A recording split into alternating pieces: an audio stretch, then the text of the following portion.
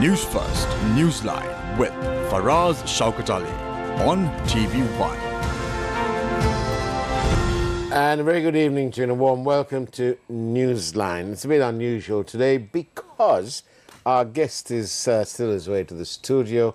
Mr. Charitha Herath, Member of Parliament, is our guest tonight. But he's on his way here.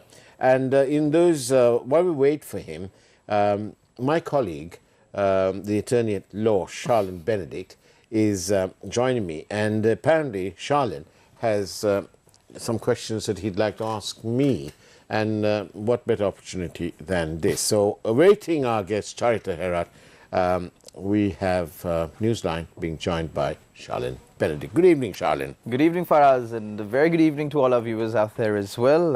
Faraz, first, today is actually one of the first days I'm seeing you after your little trip. Yes. To the United Kingdom. How have you been? Well, I'm fine, but you know my hand is still troubling me. But still, you've got more important questions. Well, Faraz, while you were gone, of course, the crisis in the country continued, and we're still in a fix.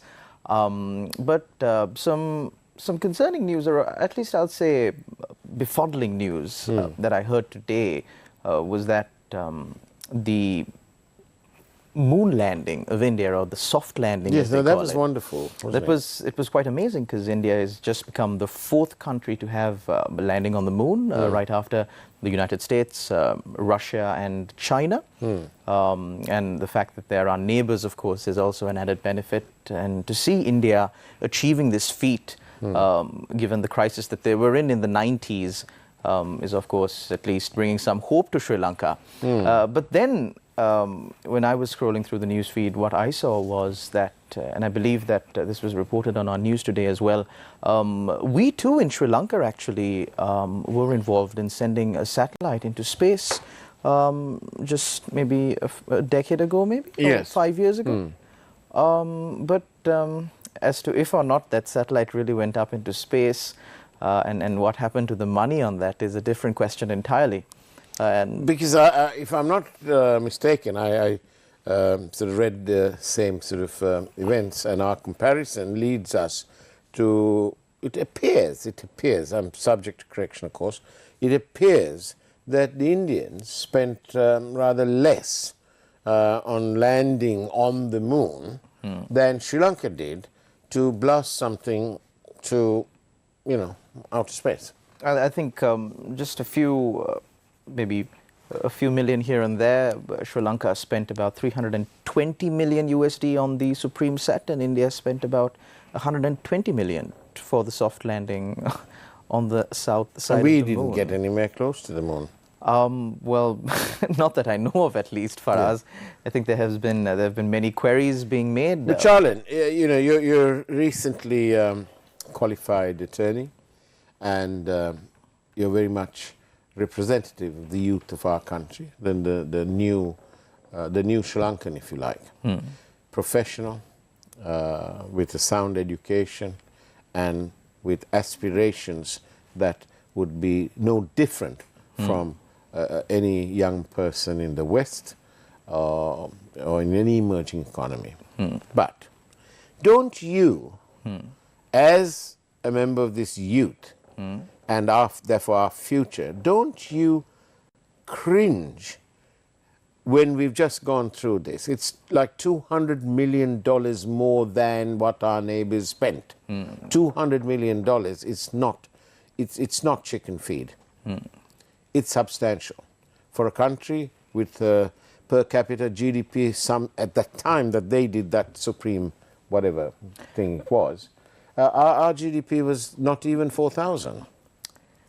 I mean, Faraz, I think for the longest time people were kind of numbed to these kind of issues, but I believe with what has happened to Sri Lanka and the crisis that we're in, I think it's really opened the eyes of people, and I do strongly believe that, especially the youth of this country, are you guys concerned? Now, definitely we're concerned, and I strongly believe that the youth right now in the country are not going to turn a blind eye to this. They're not going to be numbed by what's happening and give in to the excuse that, all of these politicians are the same. No, we will continue our pursuit to find leaders who are appropriate leaders who can bring Sri Lanka to the position that it can be, which is a developed country. Sharon Benedict, thank you very much for those thoughts and for that upfront and open answer. It's now time for a break, and we'll be joined after the break by Mr. Charitha Herath.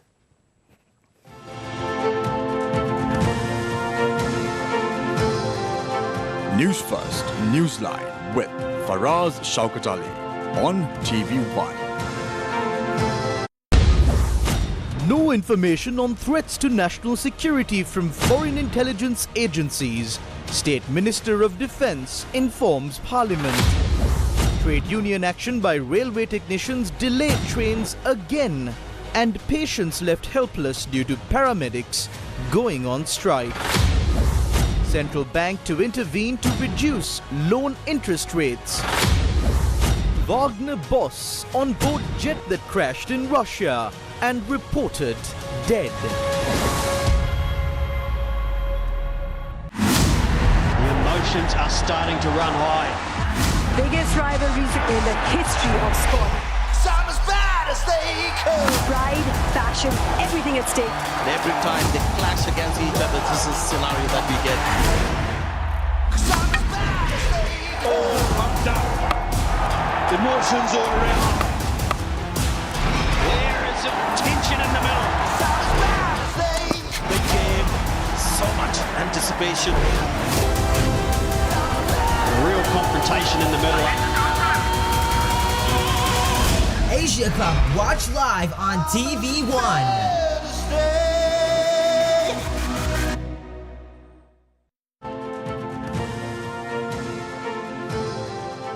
News First, Newsline with Faraz Shaukat Ali on TV1. And welcome back to Newsline. I am joined tonight by Professor Charitha Herath, Member of Parliament. Very good evening to you, Professor. Thank you for joining us. Very good evening, Paras. Now then, I was going to ask you about good governance. Do you feel, I get the feeling, that the people of our country, the sovereign people of our country, are continuously misled about good governance? They're promised and it never works out. Yeah, that is part of the problem of our political system, Paras. And we have set up rules in books, but the implementation of those rules were not in proper way. So that is one issue. The other one was that the institutional mechanism was not empowered and enhanced by the kind of trainings which are required to fulfill the people's needs through their legal mechanisms. I mean, forever and a day, most decisions made affects the public detrimentally. For example, if we look at the EPF funds, this move by the government to guarantee or whatever, place a return of 9%, it is frustrating to read about these things because 9% is less than the rate of inflation. Surely they could have come up with a formula that takes into account the cost of living, the index, the inflation levels, and then have a formula which you can adjust every year. That is kind of a separate issue, though, because now under this circumstance, like debt restructuring process was introduced, and in that process, this part was taken into consideration.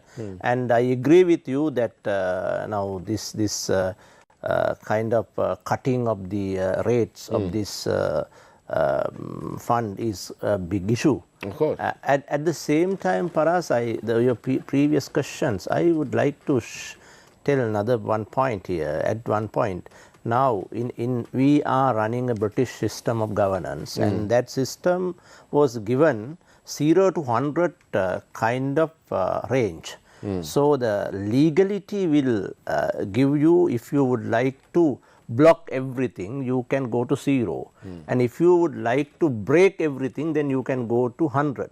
But the British system need a agent in between, the middle of the process, and he has to manage it. That is why we have to have a trained human resources in order to deliver a good results of the governance process. So we are lacking that part as unfortunately, and that is one issue. And now that issue became more danger because many people are leaving country, many capable and important, educated, trained people are now leaving. You know, that is also part of the problem now. But so the brain drain really is because of a lack of opportunity in this country. There are many reasons. One is that, and another one is, you know, some trained people don't like different unnecessary interference into their works. And the other one is the social capital that we have.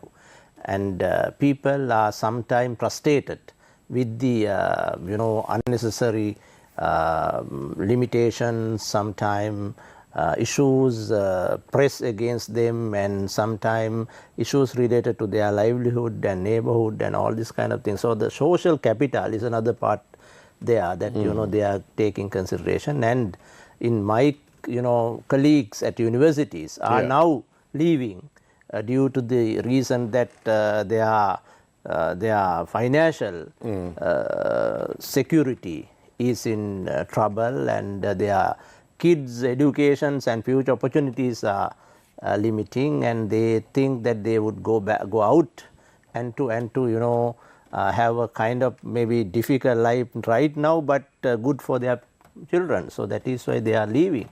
So we need to address this issue from different perspectives, and we need to have a kind of agreement with the trained people of the country that they will be secured and they will have a good opportunity. Do you agree that the EPF, ETF funds should be used towards this domestic debt optimization? But there are two parts of this thing. Like the government has to do this, and if not, they might not be able to process the international debt restructuring part. If we will not be able to do that, then there will be an issue with the IMF at the moment. But I think the same time government has to understand and has to introduce some kind of support arms to the people who are getting severe kind of affected by these decisions. There are two sides of the thing, and anybody could argue that this is completely wrong. That is true. At the same time, we need to look at the perspective from the government, and we just need to look at that how we could go ahead with this debt restructuring processes. This is what they thought that they would be able to engage rather manageably than just go into a big different kind of personal accounts of the banks. But don't you also feel that the people's various rights are being frustrated? We had the Aragalaya, and the call was clear. They were unhappy and so on. But don't you think that, I know there's a term, a fixed term and so on, but don't you think that it is time to at least to put into effect some form of democracy, and let's start with the provincial elections? I 100% agree with you that we are not supposed to postpone any kind of elections. Now this provincial council election had a very bad kind of engagement from then the Prime Minister Wickramasinghe's government, and they have strategically postponed the election with the support of the then President as well, President Maithripala Sirisena. So now both of them started to reform, rework on the Provincial Council Act, and there was a need of demarcation report, and that report was voted out from the Parliament. So now we are in a kind of deadlock situation. We will not be able to have the election under the previous act and neither new act. So there will be an issue. and this local government election was called, and the election commission was in kind of arrangement of this thing, and 10 billion rupees was required, and government said that no money at all. So like that is completely new to our system of democracy, and we never had that kind of answer from the finance ministry to the election commission. I wonder if the book on parliamentary procedure, Erskine and May, I wonder if that has any reference to what the government is claiming. No, like I mean this government wanted to adamantly block to have an election in that village level. Now, but there is an issue here in this local government election was not mentioned in the constitutions. Okay. And other elections are there. So I think and I hope that there will be an election next year. Maybe what type? Now the presidential election should be done before October, and it will be called on August. Now, like from now to 12 months. If it comes in a normal way, it will be 12 months. Yeah. And next 365 days, within 365 days, I hope that there will be an election. You sound skeptical. No, like I mean this government is very different, and we don't know what they are doing. And Do they know what they are doing? I don't think so, and they don't like to check with the people whether people are happy what they are doing. But they are completely fear and phobia of to look at the mandate, and they are not mandated government. That is a completely different kind of government, and this president was not mandated by the people, and he was elected by the parliamentarians, and that is why he is called succeeding president than just the executive president, like in other ones. So now he is not willing to, and it seems that he doesn't like to get the kind of people's positions checked, and that is a big issue here. Is that because he's not really been successful in resolving the crisis?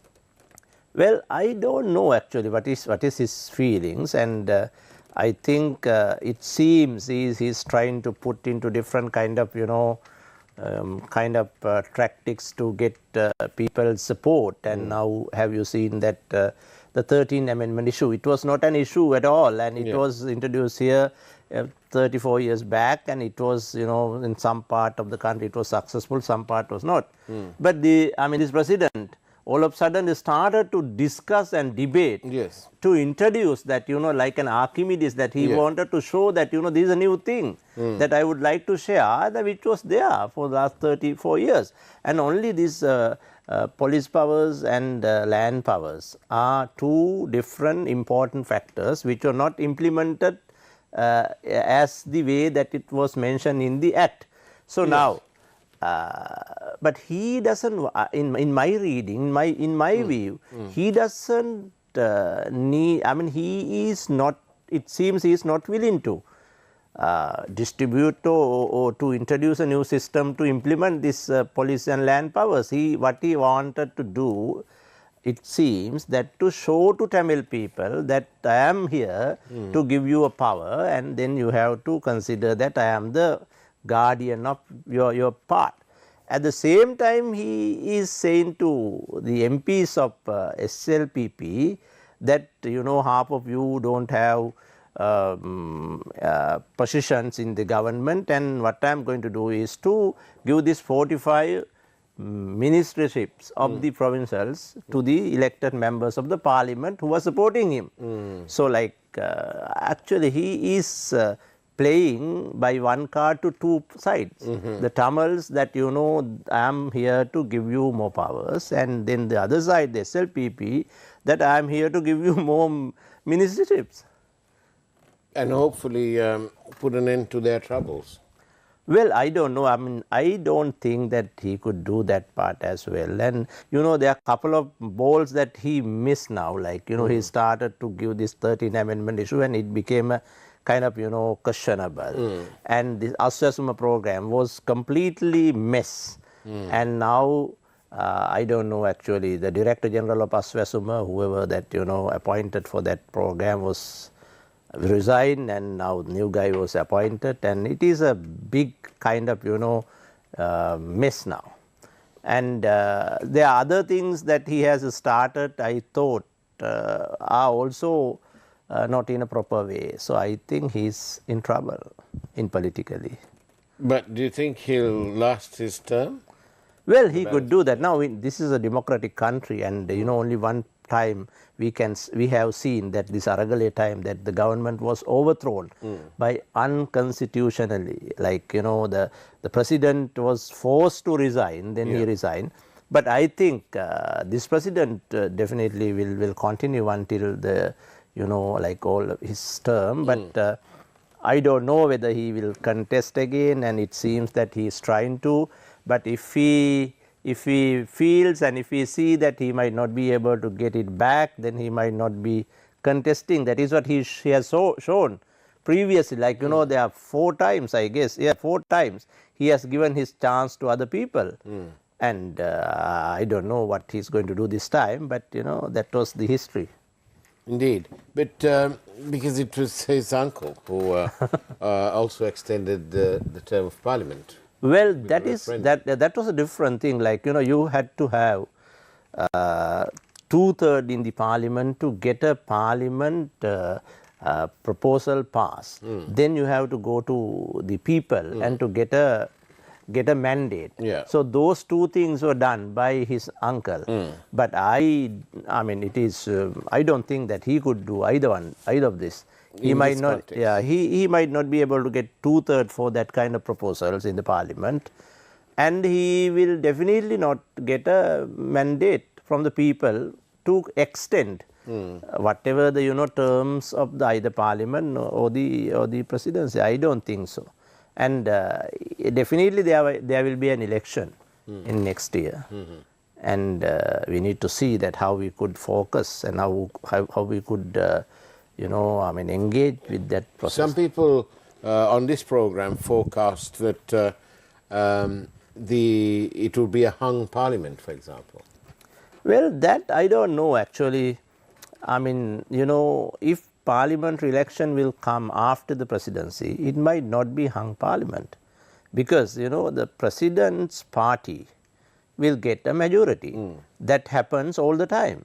And sometimes it happens like, you know, 2/3, nearly 2/3, and a big margin. So it might not be an issue, but if the parliamentary election will come first, then there might be an issue. There might be a hung parliament, but I don't think if it will come after the presidential election, it might not be that kind of parliament.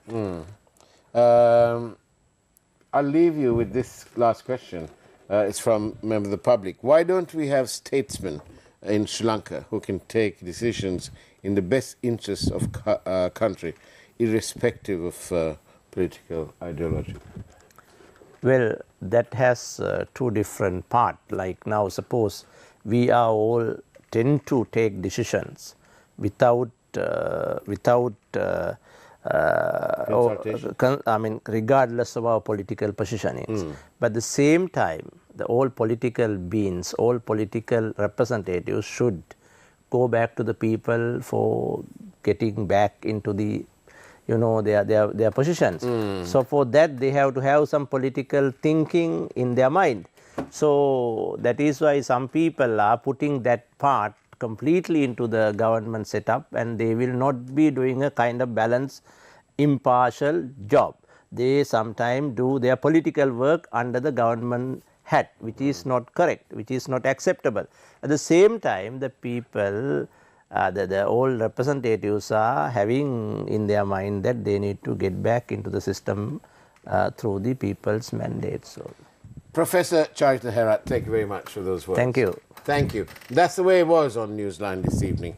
Take care and have a great evening as much as you can. And God bless you all. It's now time for the Primetime News.